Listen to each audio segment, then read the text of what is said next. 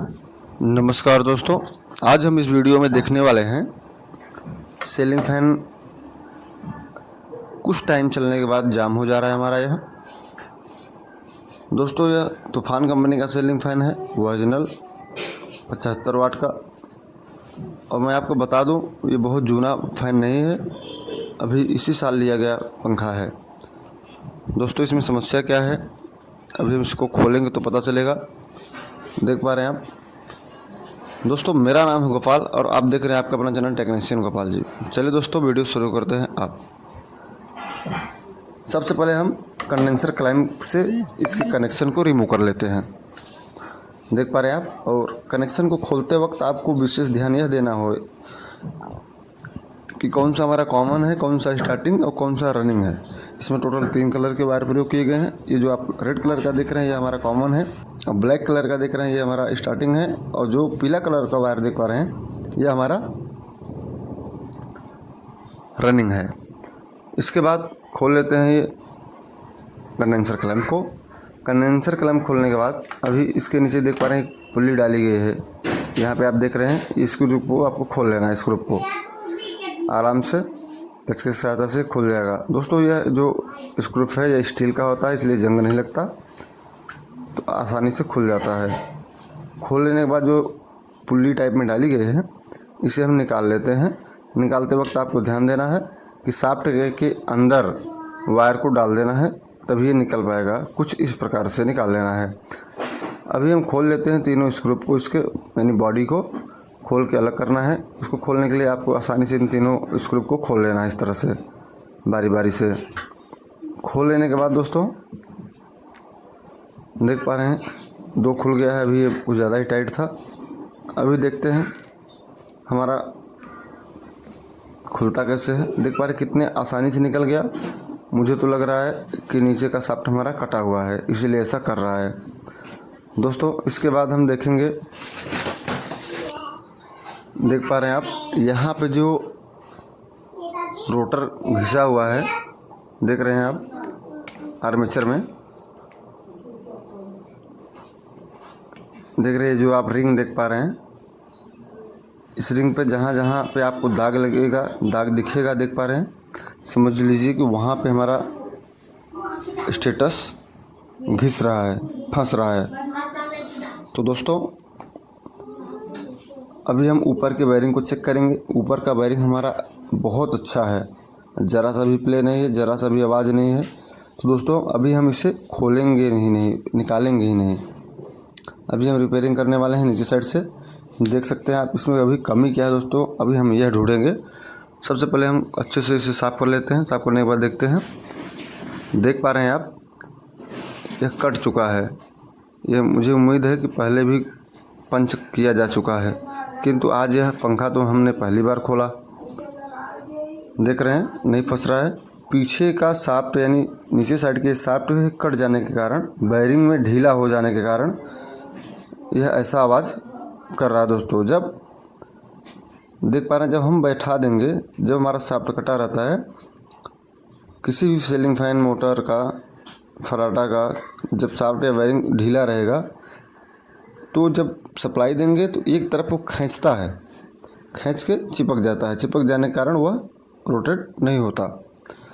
चलिए दोस्तों हम इसे रिपेयरिंग कैसे करते हैं आप ये भी आज जान पाएंगे। दोस्तों यदि हमारे चैनल पर आप नए हैं तो कृपया चैनल को लाइक शेयर सब्सक्राइब जरूर कीजिएगा, क्योंकि इसी तरह के टेक्निकल वीडियो हमारे चैनल पर हर रोज़ आते रहते हैं। और दोस्तों वीडियो बनाने का मेरा उद्देश्य यही है कि हमारे जो मिस्त्री भाई हैं वो ज़्यादा से ज़्यादा सीख सकें। और मैं आपको बता दूं, वीडियो आप किसी का भी देखें, पूरा देखें। दोस्तों अभी इस फैन में हम कुछ बदलने वाले नहीं हैं, बेयरिंग को भी नहीं चेंज करेंगे, फिर भी हम रिपेयरिंग करेंगे। कैसे करेंगे, शाफ्ट को पंच भी नहीं करेंगे, क्योंकि शाफ्ट एक बार पंच किया जा चुका है। तो दोस्तों सबसे पहले आपको इस तरह से लेना है बेयरिंग का पुलर। यदि आपके पास नहीं है तो आप कमेंट कीजिए, आपको प्रोवाइड कराने की व्यवस्था किया जाएगा। इस तरह से आपको सबसे पहले बेयरिंग को निकाल लेना है। पुलर को लगा के आसानी से आप कसते जाएं, धीरे धीरे बेयरिंग बाहर हो जाएगा। बेयरिंग को निकाल लेने के बाद पत्ती को इस तरह से आप जब निकाल लेंगे तो बेयरिंग आपकी पुलर से भी बाहर हो जाएगी।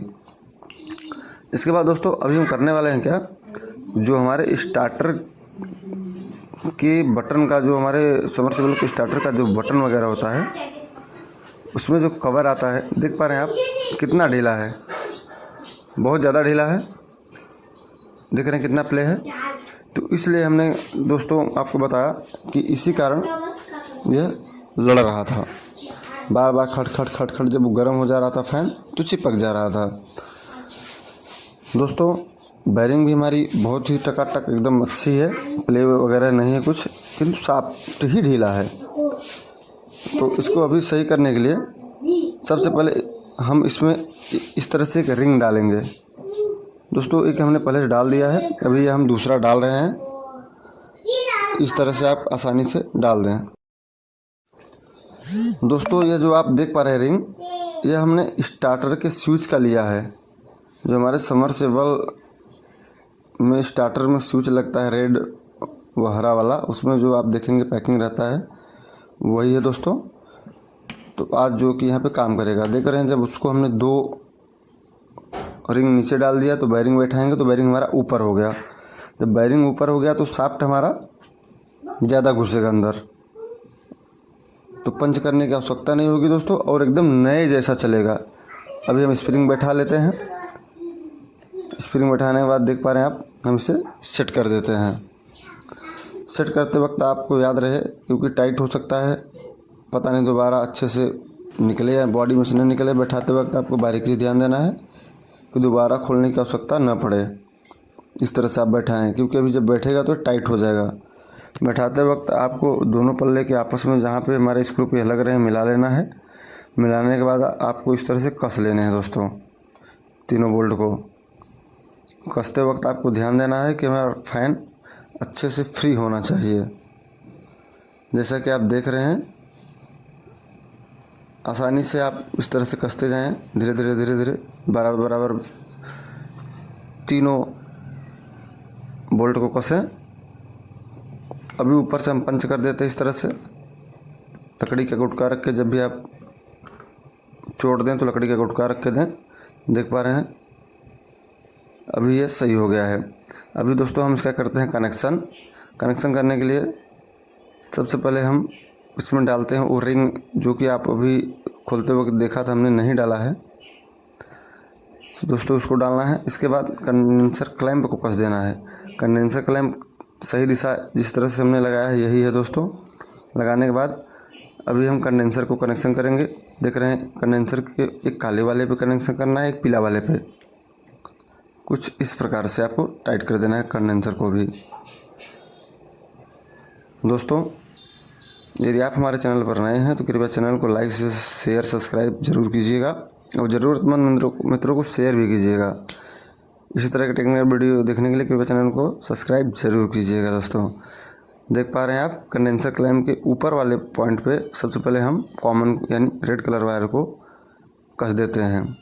इसके नीचे बीच में हम कसते हैं ब्लैक वाले को, इसे, क्योंकि दोस्तों इसमें हमें सप्लाई नहीं देना है, ये हमारा स्टार्टिंग पॉइंट है। इसे हम टाइट करते हैं कंडेंसर के बीच वाले पॉइंट पे। यहाँ पे देख पा रहे हैं आप, अभी बचा हमारा एक पॉइंट जो नीचे है, वहाँ पे हम कसेंगे पीला वाला यानी रनिंग वायर को। क्योंकि दोस्तों हम कभी भी प्रयोग करते हैं, जब सप्लाई देते हैं मोटर चलाने के लिए, तो रनिंग पर ही चलाया जाता है, रनिंग पर ही चलाते हैं। क्योंकि रनिंग में मोटा वायर होता है, वो ज़्यादा टर्न होता है दोस्तों। स्टार्टिंग में पतला टर्न व पतला गेज व कम टर्न होता है, या सेम गेज भरा जाता है स्टार्टिंग और रनिंग में, फिर भी स्टार्टिंग में टर्न कम कर दिया जाता है। क्योंकि स्टार्टिंग काम है सिर्फ धक्का देके आराम करना। चलिए दोस्तों अभी हम इसे चेक कर लेते हैं। देख रहे हैं आप, अभी हम देंगे इसमें सप्लाई। सुन पा रहे हैं आप, ज़रा सा भी इसमें आवाज़ नहीं है, अभी एकदम साइलेंट चल रहा है। दोस्तों वीडियो आपको कैसा लगा कमेंट व सुझाव ज़रूर कीजिएगा। वीडियो देखने के लिए आप सभी का बहुत बहुत धन्यवाद। दोस्तों मिलते हैं अगली वीडियो में, तब तक के लिए नमस्कार।